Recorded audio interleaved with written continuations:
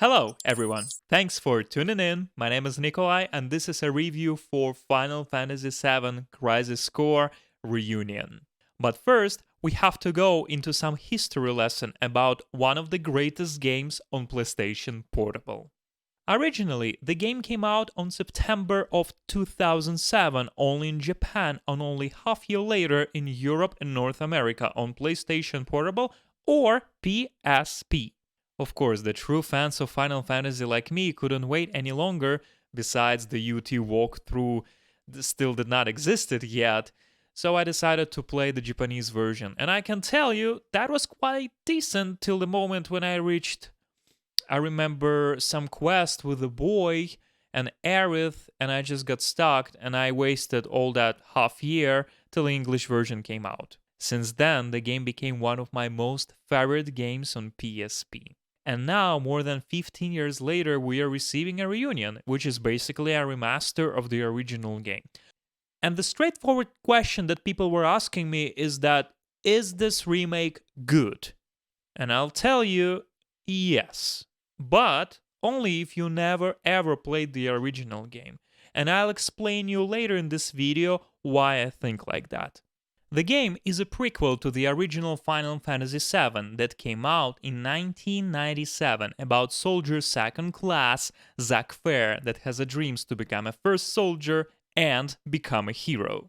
Embrace your dreams, a main creator that goes through entire storyline about Zack. Along the way, Zack meets completely new characters that never appeared in original game, like Angeal, Genesis that actually appeared in Dirge of Cerberus, and old ones like Sephiroth, Cloud Strife, Tifa Lockhart, Yuffie Kisaragi, and of course, Aerith Gainsborough.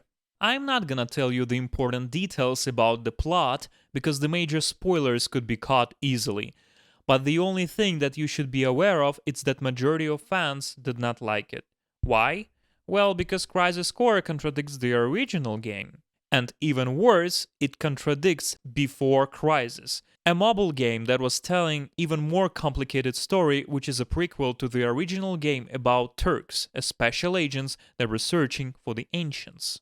As you can see, only mentioning those small details is enough to get confused and lose the interest to the series. So I'm not gonna spoil you the story, but the only thing I can recommend you is to play both games in any order, and you will decide on your own which implementation of the story more fits you. The most important aspect personally for me in this game was the fact that the story remained precisely the same. I'm happy to know that they did not implement those weird spirits of destiny that was a pathetic demanders from Harry Potter. Many people over the internet say that the battle system and overall game has been adjusted to the Final Fantasy VII Remake, especially the combat system. Well, this is not true. The combat remained exactly the same with the dodge mechanic and blocking system. However, the new feature of moving the camera freely and setting up the proper lock on the enemy is available now. The damage and hit system remain exactly the same. If a player starts to hit the enemy from the back, it always triggers the critical hit. Rolling system was here even since it became mainstream since Dark Souls, so many new players will appreciate it. The DMW rolling system, casino, slot, pachinko machine on the left corner, is being adjusted as well. Now, if you have a short battle and don't want to use the special moves from the DMW, you just don't have to press a specific button when the game asks you to. This is a very convenient and important feature that the original game lacked of. The overall battle system became much faster and smoother, but still struggled from the same problems as the first game. Battle arenas, clumsy controls, and the feelings that it's still a portable game. You can constantly trigger battles by just touching the edge of the arena, and it's quite annoying in the late game. Arenas are small and feels that old vibe from the PSP version where the screen was tiny and it was very hard for developers to spread out enemies all around the arena in order for players to chase them down and search for them. Controls, of course, feels better since 2007, but could take some time to get used to them. The interface menu is disappointing me, especially the menu navigation. In the original game, it was a nice, cozy cell phone with a pretty cool icons and all mobile logic. It was very stylish and unique. But now the developers made a boring menu straight up from the Final Fantasy VII Remake. It is understandable because Square Enix is trying to push their Final Fantasy VII Remake and remind you that, hey guys, we have a remake, it's down there, go and purchase it. But I'm sure that many people will agree with me that the original menu was much better. Finally, we have the option to skip any cutscene in the game, which is priceless. I still cannot forget how I used to lay down my PSP on the table, go do my some chores or errands and just wait for cutscene to go through because I couldn't skip it. After 15 times of replaying it, I got really annoyed. Now I would like to mention game mechanics that are very unique to RPG genre. The complicated game mechanics were being properly optimized and explained more detail than before. For example, you clearly see when you have time to dodge some massive attack from the bosses, when you can stagger the enemy, or how much time left till your unlimited AP MP bonus. But leveling up still had never been explained properly once again. Those that are not aware, there is a hidden experience count behind the MW system that is having a certain chance of triggering your level up.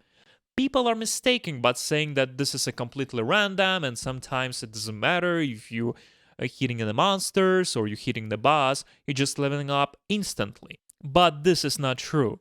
You can get couple levels in one single battle, but if you were able to get 3 levels in one battle, that means that you already reached a certain threshold before that battle, where you have a higher chance of receiving your level. I won't lie, I don't know any single game with such a leveling system. Nowadays it looks even more complicated than back in 2007. Trust me. So why the game still avoiding the explanation of it once again remains a mystery for me. Now to the real cons. Sound. Sound in this game was the main con for me. Every single dialogue has been dubbed, but the animation stayed the same from the PSP version. So some scenes are looking quite funny and odd. Remixes of original musical themes and songs sounds very fresh and enhancing. An amazing soundtrack, even after 15 years, sounds outstanding and better than some AAA titles. But the voice actors are really not that good. Maybe my problem is that I love the original voices so much, so I still cannot accept the new voices that they brought up in this remaster. And Jill sounds the best here for me. But for example, Sephiroth sounds bored and just not that brutal like the original. Songs started to have some accent out of nowhere, why Director Lazard became completely different with his voice, intonation, and personality. And I can proceed for a while about voice acting, but the one thing that nobody disagree with me is Zack. Yes, the actor tried so hard to deliver that energy and emotions from the original game, but the voice just don't fit the main protagonist. I'm sorry.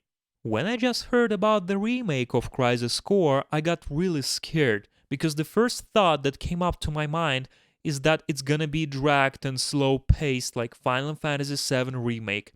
Instead, I think we got the best thing possible. We got a solid remaster of masterpiece game that used to come out on one of the best handheld consoles ever, PlayStation Portable. Thank you very much, guys, for watching it to the end. Please join the channel, subscribe on Twitch, Twitter, Instagram. In the description down below will be playlist with multiple games. Put like, comment, and I'll definitely see you next game.